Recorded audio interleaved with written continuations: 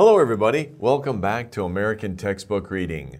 My name is Brian Stuart, and today we're going over Science Book 4, Lesson 2, How Seeds Are Scattered. So in this unit, we will discover what kinds of seeds there are, and of course, how seeds are scattered.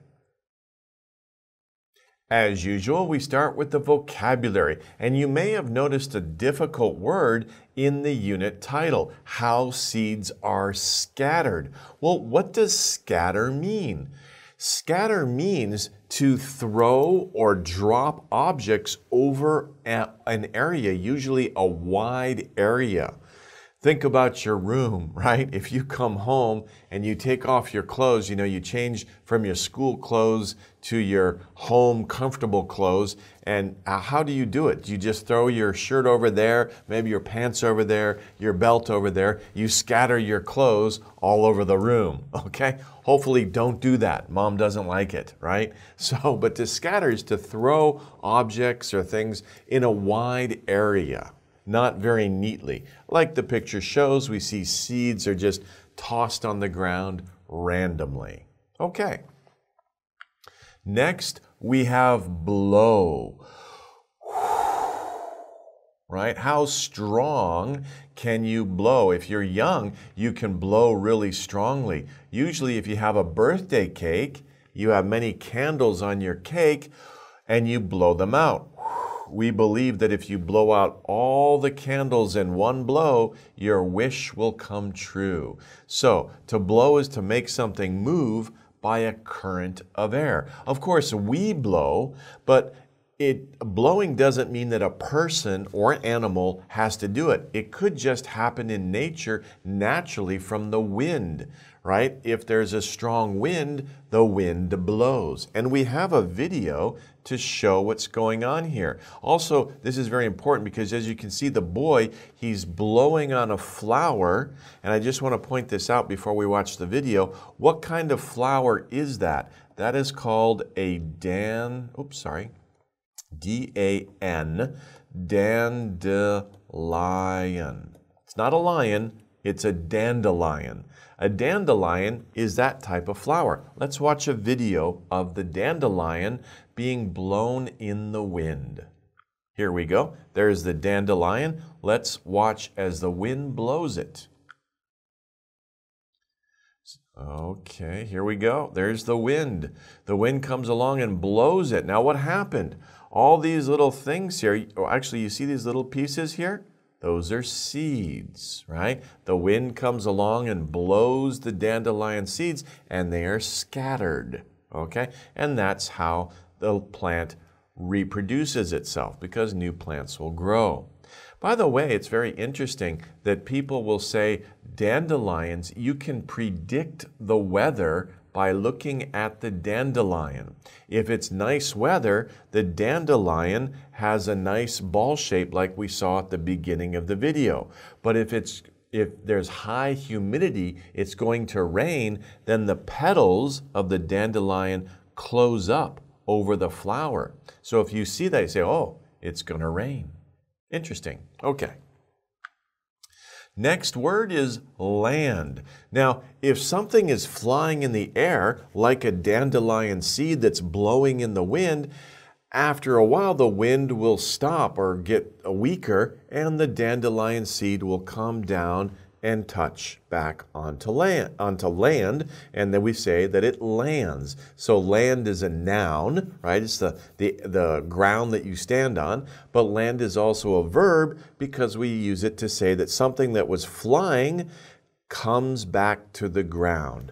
So to come to the ground after moving in the air, to come back to the ground, to land. Okay. Next we have ripe. Ripe is an important word, especially if you're going to eat fruit or other types of plants or vegetables, right? Ripe. Ripe means that it is fully grown and ready to eat. So you don't want to eat an unripe apple. Ugh, that doesn't taste very good. You want to eat a ripe apple or a ripe orange or ripe corn. Whatever the plant is that you eat, it should be ripe. That means it's fully grown and it is ready to eat. Our next word is stick.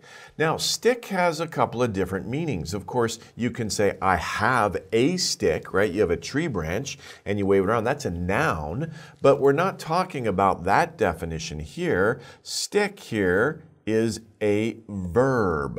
It's a verb in this definition. It means for one object to become attached to another. And you can see in this picture, oh, you're probably familiar with this situation. You walk in the woods or you walk in a grassy area where there's a lot of plants. And after you go through, you look down at your pants or your socks especially, and you see these little things that are sticking to your socks or your pants. And of course, that's what it means to stick, to attach to something. Tape is sticky, right? If you want to stick two things together, use a piece of tape. Or glue. Glue is also sticky. So stick can be used as a noun. It can be used as a verb. It can also be used as an adjective, sticky. It is sticky. Glue is sticky. Tape is sticky.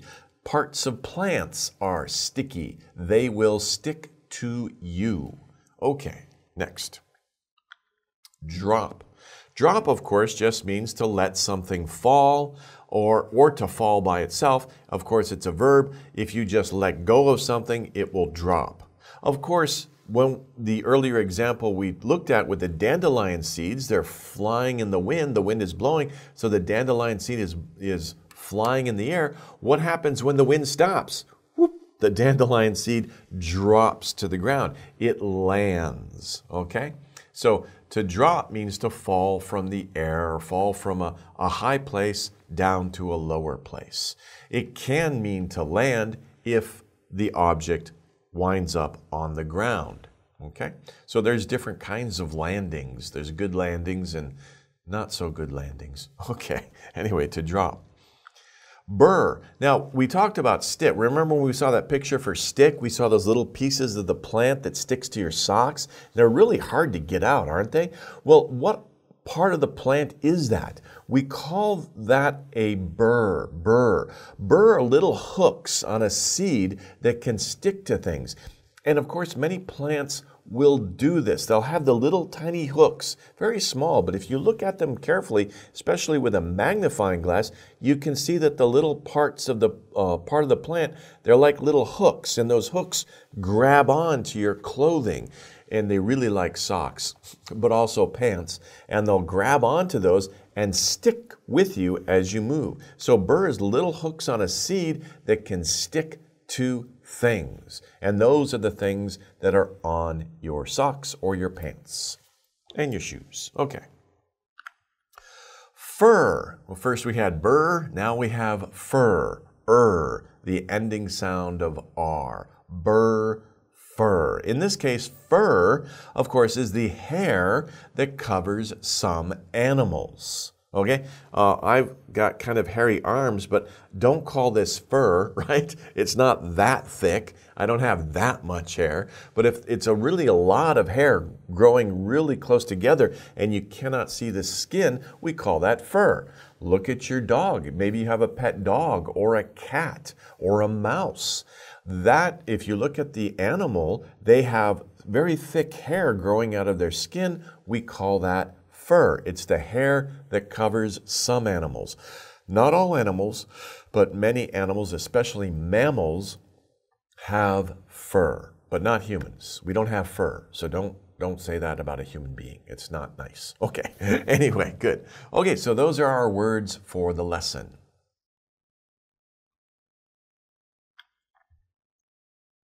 Okay, the first idea for this lesson, of course, is how are seeds scattered? When you think about plants don't really move, right? I mean, they grow in one spot. Sure, they can move this way, but they don't really move from where they're growing out of the ground. They don't have legs. They can't get up and walk around.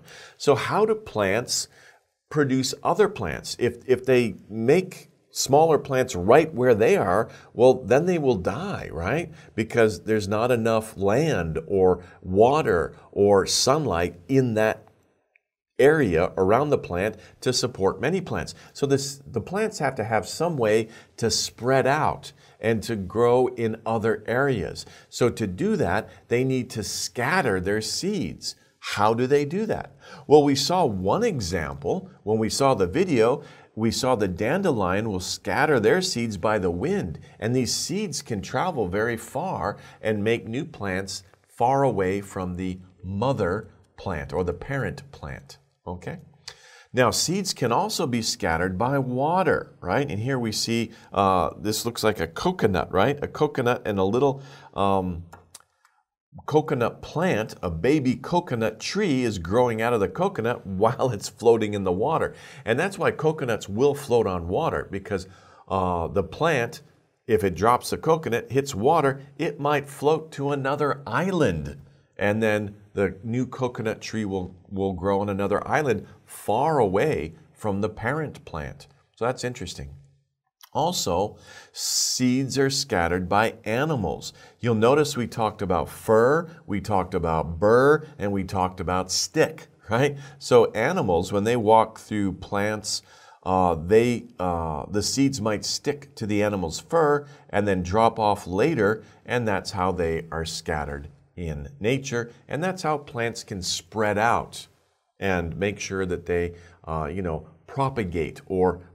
reproduce over large areas of land.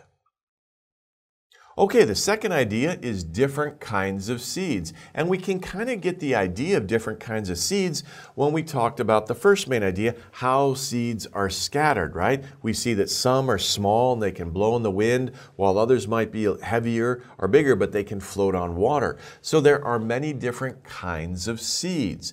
In this chart, we can see 3 different types of seeds, and we can see also how they are scattered. For example, we have the maple tree. The maple tree has interesting looking seeds. Of course, that's not the whole seed. The seeds are down in here, right? But they have a covering or case, I guess you could say, that looks like wings, right? They don't flap. It's not like a butterfly actually moving the wings. They don't move, but they're shaped very well so that the wind can catch them. And the seeds of the maple tree are scattered through the air because with that shape, the wind can easily pick them up and carry them very far away. And that's how the maple tree will spread or scatter its seeds.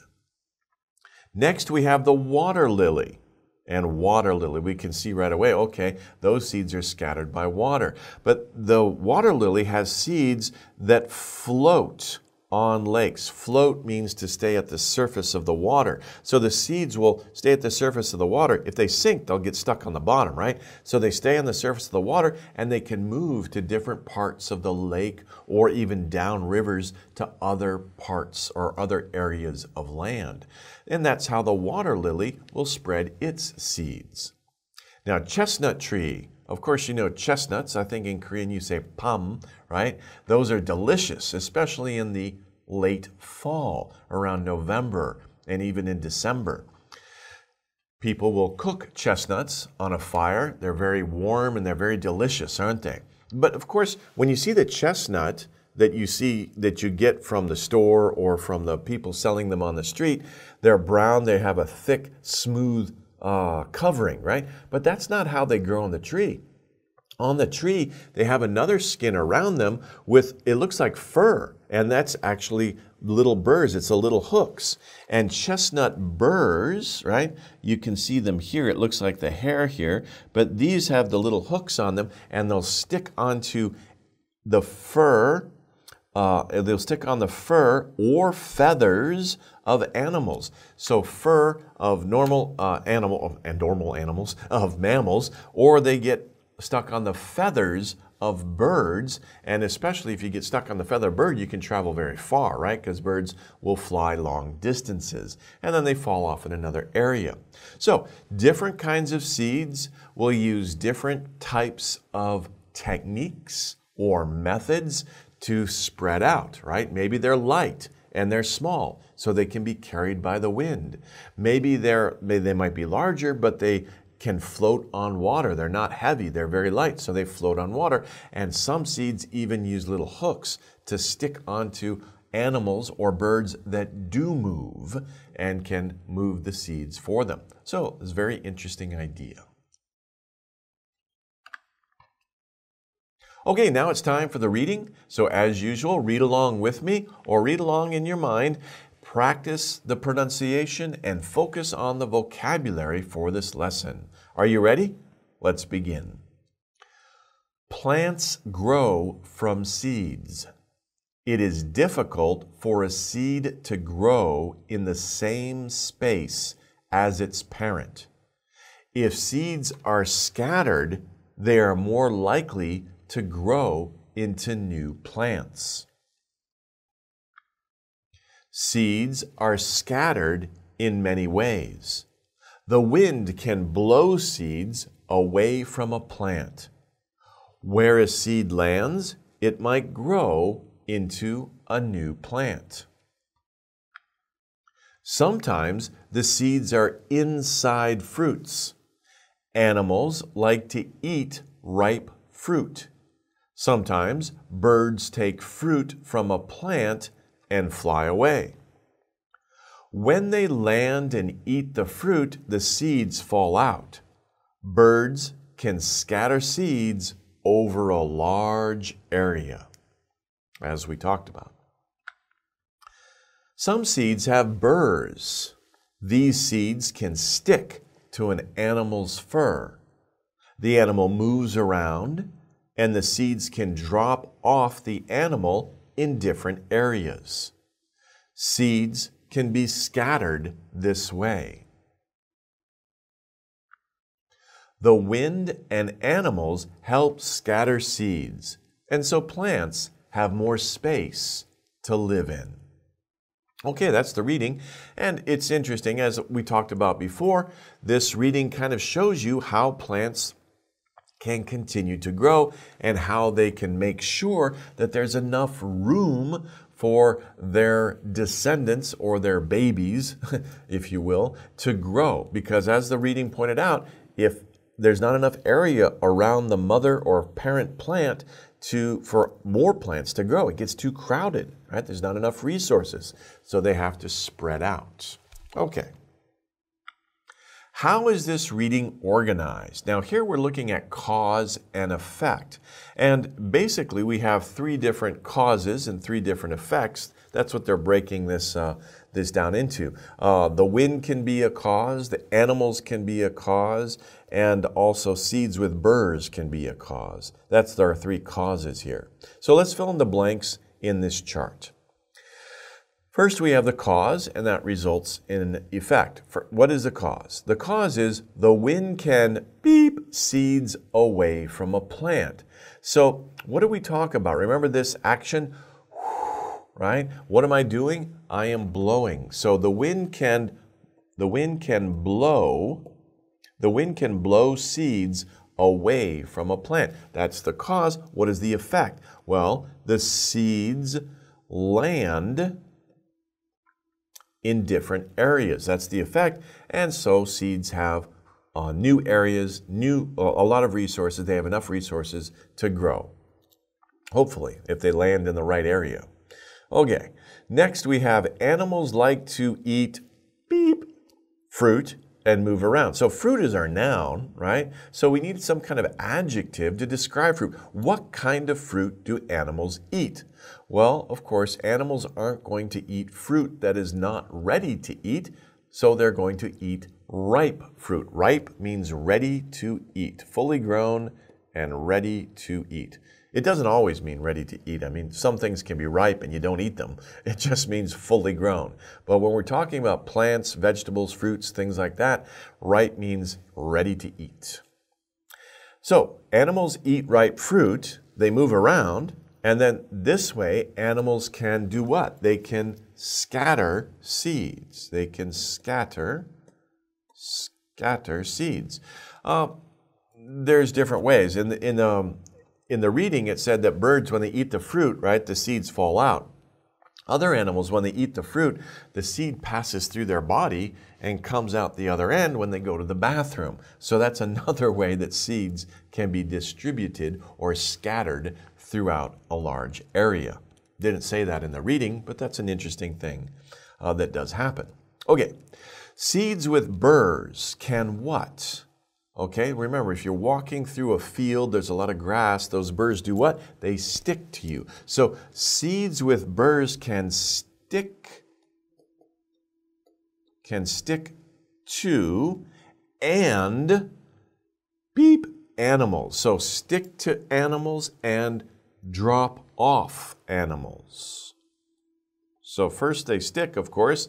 After a while, maybe the animal scratches, or licks it or rubs up against a tree, and the seed will drop off. So seeds with burrs can stick to and drop off animals. Stick to animals and drop off animals. You don't have to repeat animals, right? So it's the same object. You don't have to repeat it. Stick to animals and drop off animals. Stick to and drop off animals. Okay, good. And of course, the effect of that is that the seeds will be scattered. In fact, all of the effects are that seeds are scattered, but through different means, through different causes. But it's always the same effect. Seeds are scattered, plants have room to grow, more plants can grow in a larger area, and this is how plants can spread out and ensure the survival of their species.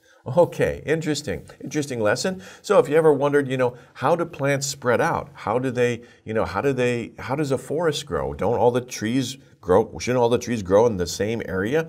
No, they are scattered around. And now you know how plants can occupy large areas of land or even travel to new lands, new islands, or downstream or far away by the wind. So it's very interesting to see how nature works. Okay, well, that's our lesson for today. Thanks for studying with me. We'll see you next time. Take care. Bye-bye.